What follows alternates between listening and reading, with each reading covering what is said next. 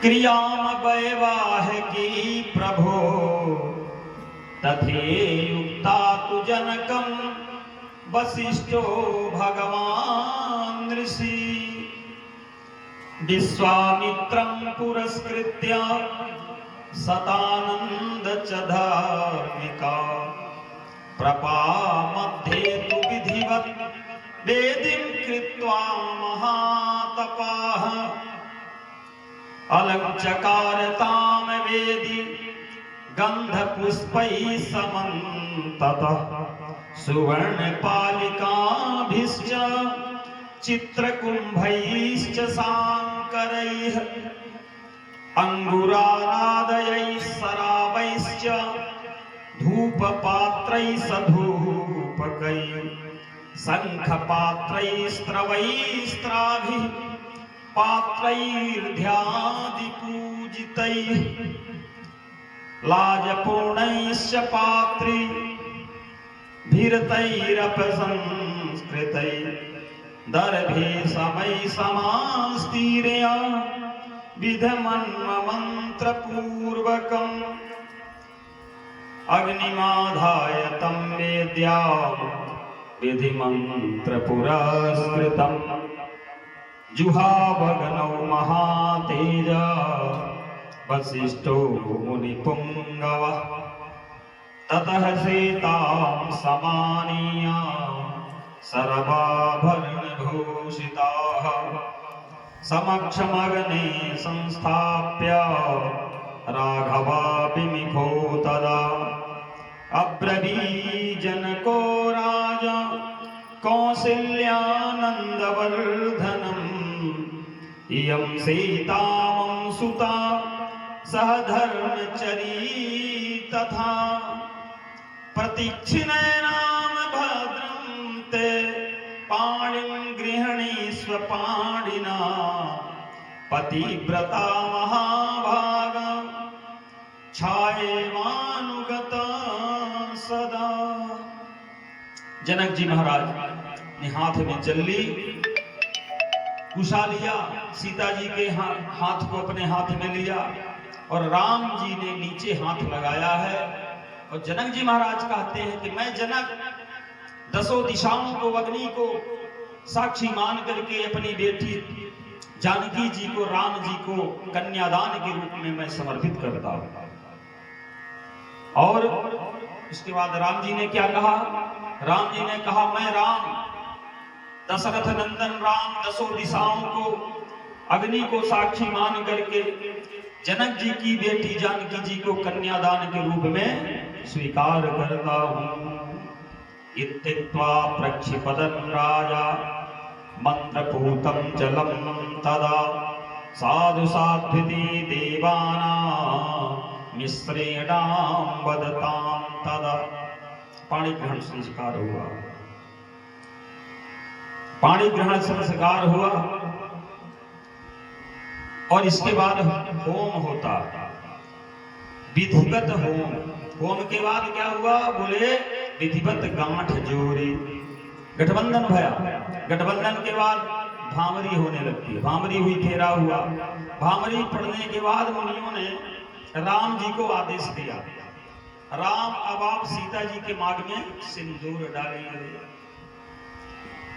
राम जी सिंदूर लगाते हैं, सीता जी राम सिय सिर सिंदूर देहि शोभा कही न जाति विधि के अरुण पराग जलज भरिनी के शशि भूष यही लोभ अनीके। और वशिष्ठ जी महाराज बहुरी वशिष्ठ दीनयनुशासन बरु दुल्हिनी बैठे आसन। जैसे प्रभु ने माँ के मांग में सिंदूर दान किया है ना, उस समय पूरी सृष्टि चराचर एक स्वर में बोल पड़ते हैं, बोल सियावर रामचंद्र की, बोल लक्ष्मी नारायण भगवान की।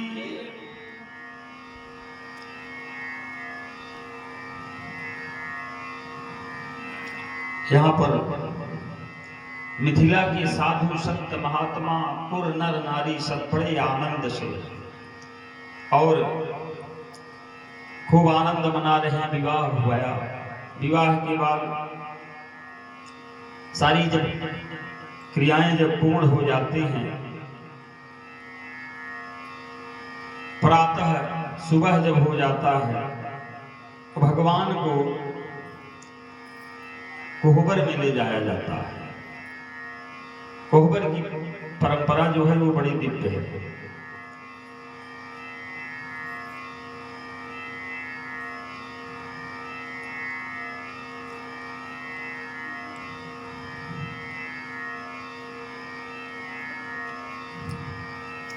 राम जी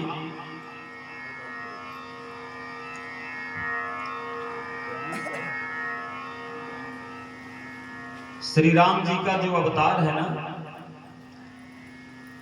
ये अवतार, ये ध्यान रखिएगा, मात्र विवाह लीला के लिए ही हुआ।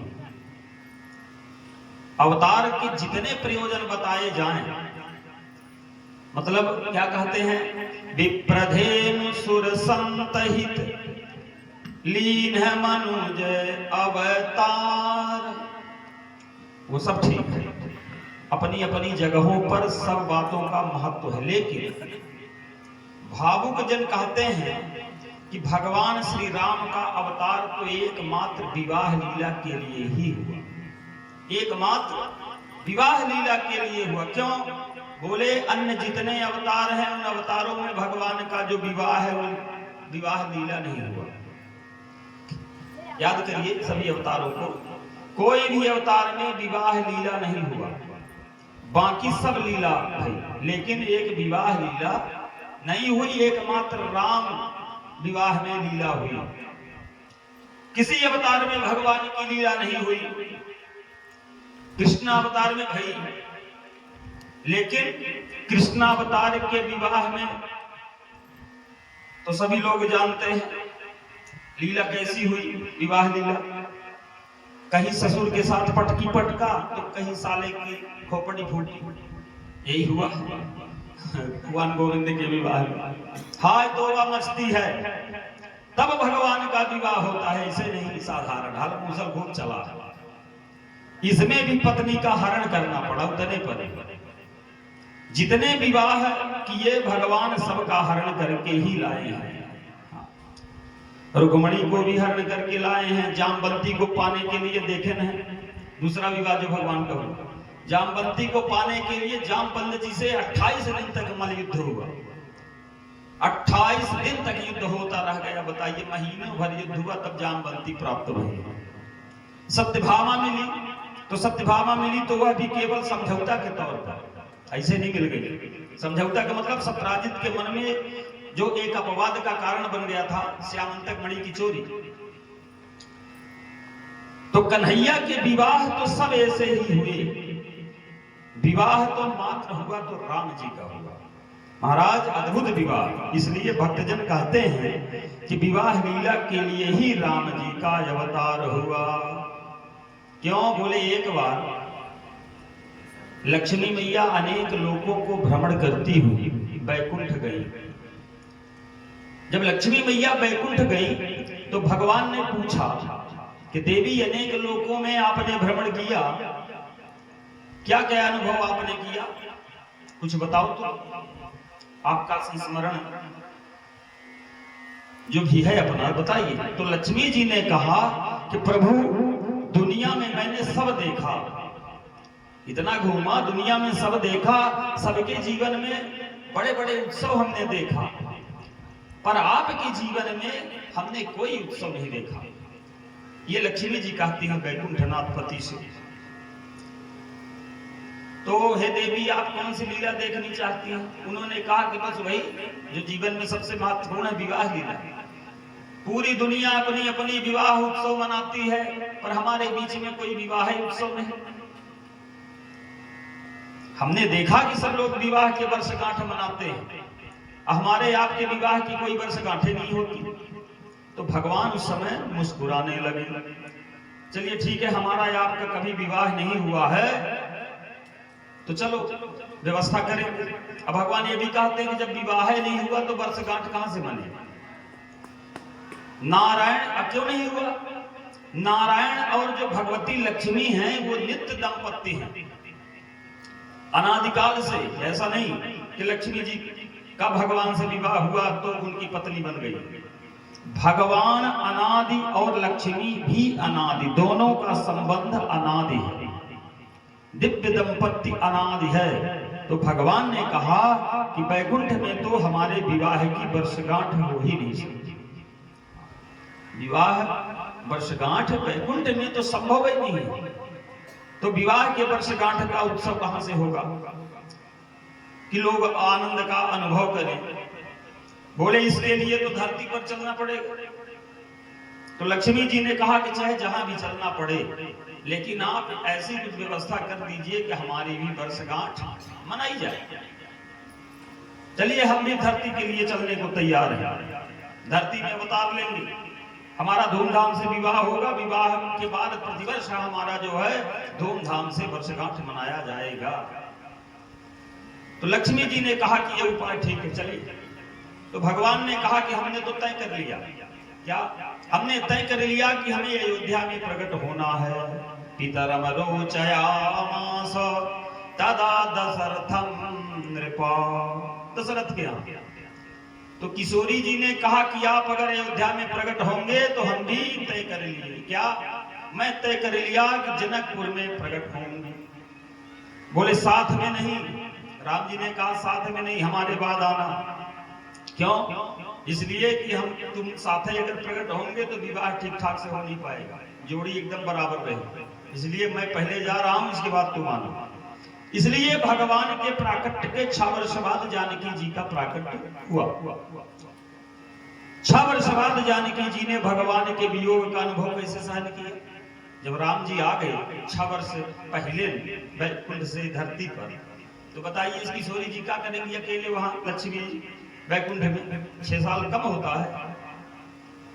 तो बोले कि जिस दिन भगवान अवतरित हुए अयोध्या में, उसी दिन श्री जानकी जी धरती पर आ गई और आकर के धरती में प्रविष्ट हो गई। धरती में प्रविष्ट हो गई और 6 वर्ष बाद फिर धरती से निकली है जनकपुर में। जब हल चला है तो धरती से प्रकट भई है। लेकिन 6 वर्ष तक क्या किया किशोरी ने? बोले कि राम जी चरु से प्रकट हो रहे हैं। और जब प्रकट हो गए तो जब हमारे राम जी बाल रूप जो छोटा सा था, जो एकदम जमीन पर घसीट के जब चलते थे, तो हमारी किशोरी जी धरती से उनका स्पर्श करती हैं। यही अनुभव, यही आनंद चलता रह गया 6 वर्ष तक। किशोरी जी को भी प्रकट होना नहीं था धरती में। क्यों? इसलिए कि राम जी क्रीड़ा करते हैं वही धरती पर, राम जी को वो देखती हैं। रत्न स्थले जानु चरा कुमारा निरीक्ष साध्वी मुखार विंदम सीता सलिंगम भावमस्तुके। और उसी जमीन पर चपक जाते, लेट जाते, पकड़ने की कोशिश करते। माताएं समझ नहीं पा रही इस लीला को। इस प्रकार भगवान और श्री जी का अयोध्या में अनुभव लीला चलती रही। समय आने पर किशोरी जी मिथिला में प्रकट भई और मिथिला में जब प्रकट हुई तो फिर ठाकुर जी का विवाह हुआ। विवाह की लीला तो कल से आज तक ये चली रही है, आप लोग सुन रहे हैं। विवाह में चारों भाइयों का विवाह हुआ है। चारों दुल्हन ने भामरी दी है। चारों दुल्हा और दुल्हन जब भमरिया देते हैं, इसके बाद जो हमने नाम लिया कोहबर। कोहबर क्या है? बोले विवाह के समय में कन्या के घर में और वर के घर में एक एकांत कक्ष होता है। एक एकांत कक्ष होता है, जिस एकांत कक्ष में मातृकाओं का और देवताओं का पूजन होता है। विवाह के पूर्व जो मातृका पूजन अन्य कर्मों में मंडप में होता है, उन मातृकाओं का पूजन विवाह के अवसर पर एक एकांत कक्ष पर दीवार में कोहबर बना करके लोग करते हैं। तो राम जी महाराज कोहबर में जा रहे हैं, सखियां लेके जाती हैं। वहां पर जा करके भगवान को सखियां कहती हैं कि आप देवताओं को प्रणाम करिए। और वहां अनेक प्रकार के मनोविनोद होते हैं। सभी का विवाह हुआ, सब लोग जानते हैं कोहबर में बैठकर क्या होता है, मनोविनोद होता है। सखियां अनेक प्रकार से मनोविनोद करती हैं। तो सखियां दूल्हा सरकार को जब कोहबर में ले गए, वहां पर एक खेल होता।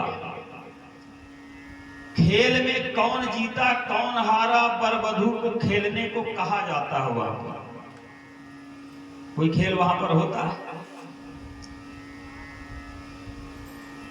वधू जीत गई तो सखियां खूब ताली बजाती हैं, और वधू जीत गई, वर जीत गया तो कौन ताली बजाएगा? वहां तो वर के अलावा कोई रहते नहीं। पर यहां प्रसंग कहता है कि वर तो कभी जीते नहीं पाता। वहां पर वर कभी नहीं जीतता, वहां वधू ही जीतती है। क्यों? उन्हीं का माहौल रहता है। माहौल किनका रहता है? सखियों का। वर बेचारा अकेले रहता है, मुंह लटकाए खड़ बैठा हुआ होता है बेचारा। तो उसका नाम क्या है? कोहबर। कोहबर क्यों है नाम? तो कहते हैं कोहबर, कोहबर कौन वर, कौन वर है? वर माने श्रेष्ठ। वर तो ऐसे दूल्हा कहलाता है, लेकिन सखियां कहती हैं कि दूल्हा तो वर होता है, लेकिन वर माने श्रेष्ठ। यहाँ पर जो जीता वही श्रेष्ठ। कोहबर में निर्णय होगा कि वर श्रेष्ठ है कि वधू। ये विवाह के बाद कोहबर में इसीलिए ले जाया जाता है। तो ये जो खेल है कोहबर का, ये सब लौकिक परंपराएं हैं और इसकी बड़ी मान्यता है, मान्यता रही है। आज भी हमारे समाज में यह मान्यता बहुत बड़ी है। आज भी कोहबर बंद नहीं हुआ है। कोहबर के द्वार पर क्या होता है? सखियां ने क्या करते हैं? वहां पर छेक देते हैं उस द्वार को। देसी परंपरा में मूसल लगा दिया जाता है द्वार में, और सखियां जो है द्वार छेकाई भगवान से मांगती है। सखियां छेकल दुआरी है सुनिए रघुनंदन, ऐसा भजन है। तो हे रघुनंदन, आपको नेग देना पड़ेगा। बिना नेग दिए आप भीतर नहीं जा सकते, और अगर बिना नेग दिए आप गए तो आपको मैं गाली सुनाऊंगी। ऐसा सखियां कहती हैं। सखियों ने बड़े व्यंग वचन कहे हैं। देखो, ससुराल की गाली, कल हमने गाली के विषय में 2-4 शब्द बताए हैं आपको कि ब्रह्मा जी के माध्यम से ये गालियां प्रकट भई हैं। विष से डंडा वाली गाली और अमृत से जो गाली निकली वो ससुराल वाली गाली है। तो महात्मा जन कहते हैं कि गाली भी 2 प्रकार की है। और गोसाई जी लिखे हैं इस गाली के विषय में, अमीय गारी गोरब गरल औ गारी कीन करता, बैर प्रीत की जननी जानत सब संसार। ये 2 प्रकार की गालियां प्रकट भई हैं, जो सुनकर के व्यक्ति सुखी होते हैं, प्रसन्नता होती है। जो अमृत से गाली निकली है, वह अमृत से निकलने के कारण बड़ी प्रसन्न चित्त हो जाती है। एक गाली है जो प्रीति को बढ़ाती है, और एक गाली जो है वो बैर को बढ़ाती है। बैर प्रीति की जननी जानत सब संसार। तो जो बैर को बढ़ाती है वो विष से प्रकट हुई है, और जो प्रीति को बढ़ाती है वो अमृत से निकली हुई है। तो ये जो ससुराल की गाली है भैया, ये हमेशा प्रीति को बढ़ाने वाली है। भगवान का बड़ा सुंदर विवाह संपन्न हुआ। विवाहोपरांत जब विवाह की सारी क्रियाएं प्रक्रियाएं जब पूर्ण होती है, दशरथ जी महाराज अब घर चलने के लिए विदा मांगते हैं जनक जी से। कहते हैं कि 15 दिन हुआ। दशरथ जी महाराज 15 दिन तक बारात लेकर के रुके रहे जनकपुर। 15 दिन।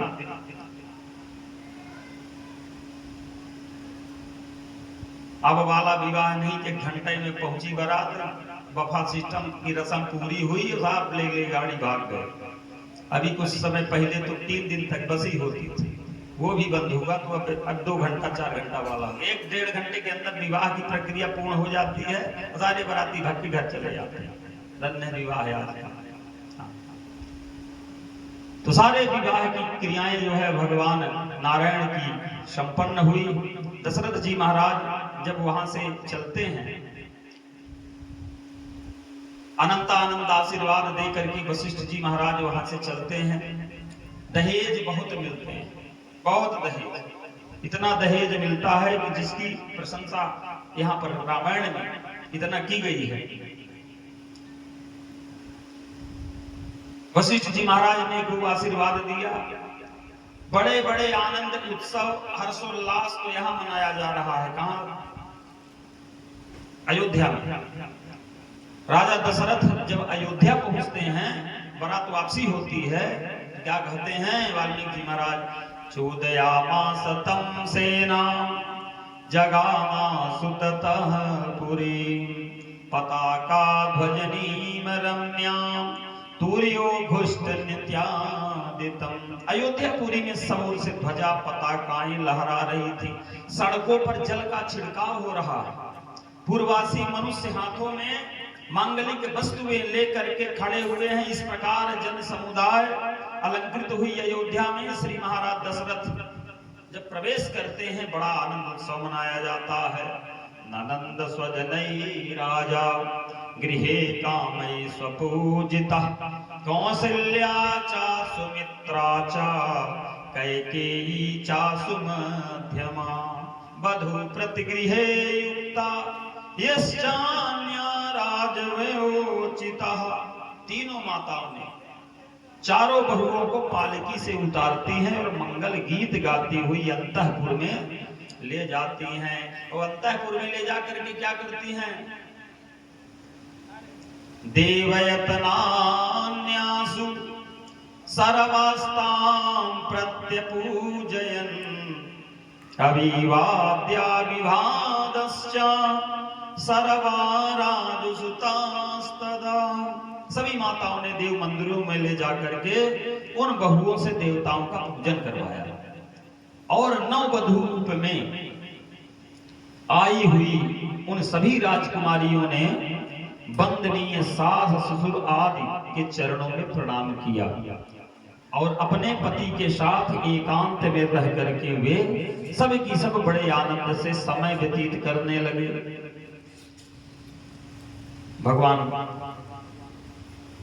अपने अपने दुल्हन के साथ राम लक्ष्मण भरत शत्रुघ्न, ये गृहस्थ जीवन है और गृहस्थ जीवन बड़ा सुंदर भगवान का चल रहा है। गृहस्थ आश्रम, गृहस्थ आश्रम जो राम जी का है, वो राम जी के गृहस्थ आश्रम को देखने सुनने लायक है, पढ़ने लायक है।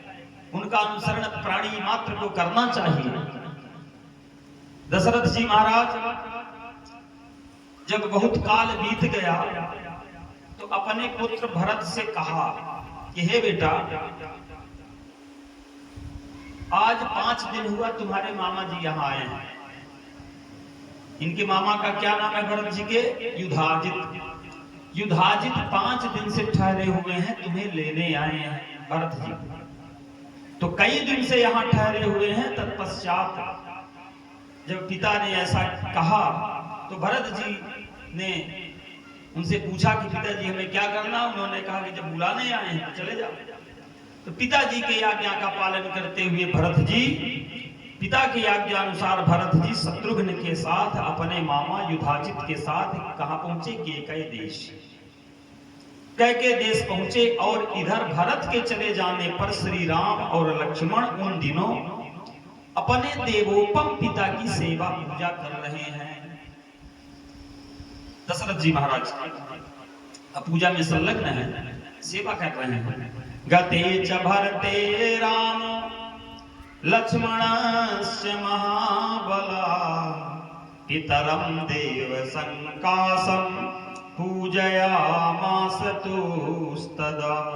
कुछ समय बाद महाराज दशरथ जी अपने मन में विचार किया। विचार क्या कर रहे हैं दशरथ जी कि किसी प्रकार से जीते जी अगर मेरे रहते हुए श्री रामचंद्र जी राजा बन जाएं तो अब इससे बढ़कर के प्रसन्नता क्या होगी? प्राप्य वर्ष सहस्राणि बहुन्यायुष जीवितः जीर्णस्यास्य शरीरस्य विश्रांतिमभिरोचय।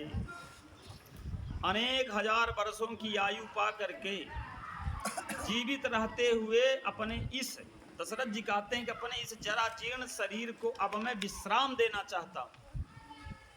बहुत दिन तो मैं जिया। सभी सभासदों से, सभी ब्राह्मणों से दशरथ जी महाराज निवेदन किया।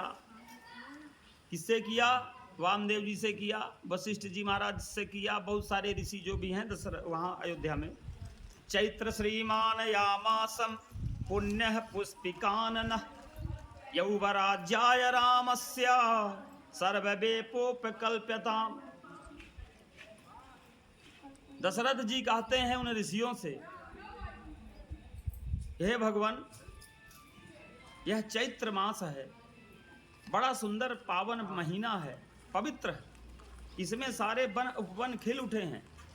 अतः इस समय श्री राम अगर युवराज पद पर अभिषेक इनका हो जाए तो इससे बढ़िया कुछ हो ही नहीं सकता। तो जैसा दशरथ जी महाराज हाथ जोड़ करके ऋषियों से निवेदन कर रहे हैं, ऋषियों ने स्वीकार किया कि बहुत अच्छा है राजन। फिर क्या हुआ? मंत्रियों ने आदेश दिया, समस्त अपने कार्यकर्ताओं की सुंदर व्यवस्था की जाए, अभिषेक की सुंदर सामग्री व्यवस्था की जाए। और ब्राह्मणों ने क्या किया? जो उनका कर्तव्य था उसे वो पूर्ण कर रहे हैं। दशरथ जी से कहा कि हे राजन, ब्राह्मणों ने कहा कि सब तैयारी हो चुकी है, अभिषेक की पूरी तैयारी हो चुकी है। तो श्री दशरथ जी महाराज ने सुमंत जी से कहा कि सुमंत, तुम राम को बुलवाओ। रामम कृत्वात्मता भवता शीघ्र मानीय यातिमम। हे सुमंत, राम को शीघ्र बुला लाओ। तो सुमंत के द्वारा पिता का संदेश राम जी पाए हैं और राम जी शीघ्रता पूर्वक आए हैं। जैसे संदेश सुना, एक क्षण देरी नहीं लगी, राम जी तुरंत प्रकट हो गए, पहुंच गए दशरथ जी महाराज के पास और हाथ जोड़ करके विनीत भाव से अपना नाम सुनाते हुए उनके दोनों चरणों को पकड़ लिया। राम जी ने, नामः स्वाम श्रवयन रामो वंदे चरणौ पितुः।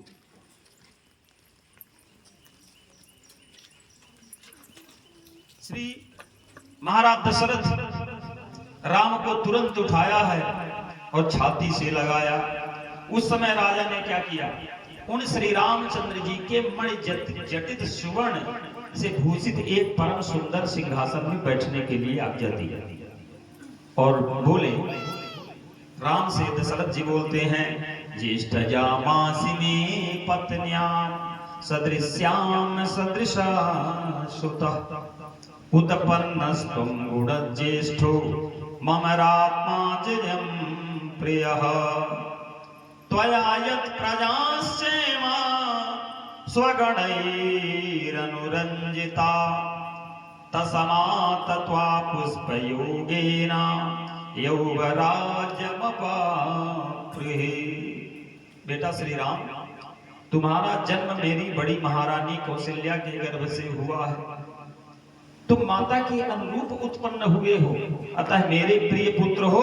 तुमने अपने गुणों से इन समस्त प्रजाओं को प्रसन्न कर लिया। इसलिए कल पुष्य नक्षत्र है, कल पुष्य नक्षत्र है, योग बड़ा सुंदर है, इसलिए हम युवराज पद पर तुम्हें ग्रहण करना चाहते हैं। जब ऐसा दशरथ ने कहा तो राम जी की बात सुनकर के उस समय तुरंत राम जी ने प्रणाम किया और प्रणाम करके पिताजी को अपने सुंदर शोभाशाली भवन में चले गए। श्री महाराज दशरथ जी मंत्रियों के साथ सलाह करके निश्चय किया कि कल ही पुष्य नक्षत्र होगा, अतः कल ही मुझे अपने पुत्र को यानी राम को युवराज पद पर अभिषेक कर देना चाहिए। अथार्थ गृहमाविश्य राजा दशरथास्तदा सूतमामंत्रयामासं रामं पुनरिहानयः। तदनंतर अंतःपुर में जाकर के महाराज दशरथ ने सूत जी को बुलाया और आज्ञा दी, क्या कि जाओ श्री राम को एक बार फिर से बुला लो। अभी राम गए हैं, तुरंत फिर बुला लो। श्री राम जी को पुनः सूचना मिली कि पिताजी पुनः बुला रहे हैं, तो राम तुरंत महल छोड़ करके फिर आए जल्दी से पहुंचे, दशरथ जी को प्रणाम किया, दोनों हाथों से चरणों में प्रणाम किया। तो दशरथ जी उस समय छाती में लगा लिया, राम को छाती में लगा करके, और कहते हैं कि हे रघुकुल नंदन श्री राम, थोड़ा सा अपने मन व्यथा को सुना रहे हैं। क्या सुना रहे हैं दशरथ जी? कहते हैं कि आजकल मुझे बड़े बड़े बुरे स्वप्न हो रहे हैं। राम जी से कहते हैं, हे श्री राम, ज्योतिषियों का कहना है कि मेरे जन्म नक्षत्र में सूर्य, मंगल और राहु नामक बड़ा भयंकर ग्रहों ने अपनी अपनी महादशा लगा दी। इसलिए हे राम, अवश्य बंधम च मे रामम नक्षत्रम दारुणग्रहै आवेदयन्ति दैवज्ञा सूर्यांगार करारुभः। इसलिए हे राम, प्रायेण चा निमित्तानि नामादृशानि समुद्भवा राजा हि मृत्युमापनोति घोरा चापमृक्षति। दशरथ जी ने कहा, हे राम, मेरी ऐसी स्थिति है, मैं घोर आपत्ति में पड़ा हूं, अंततः मृत्यु भी मेरी हो सकती है, ये समझ लो। इसलिए तुम प्रातः पुष्य नक्षत्र में निश्चित अपना अभिषेक करा लो।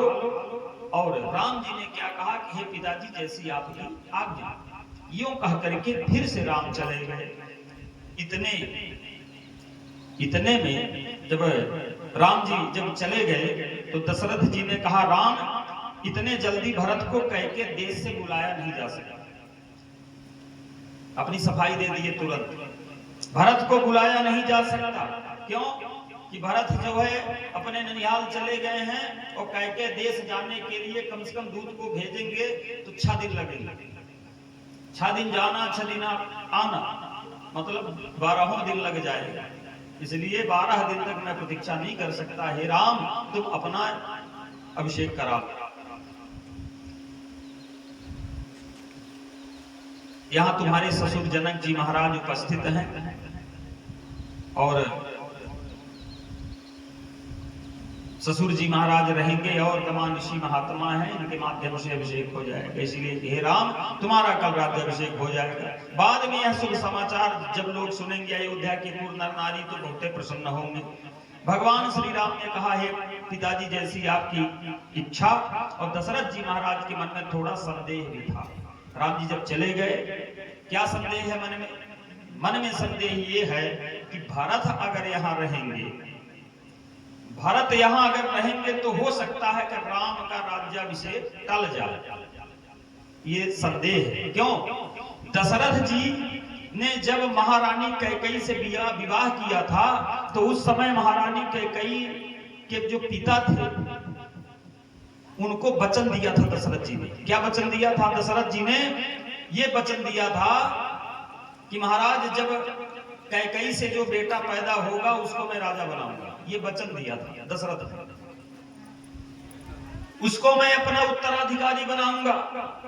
और इसी शर्त पर विवाह करके लाए थे। और कैकेयी जी सबसे छोटी पत्नी है।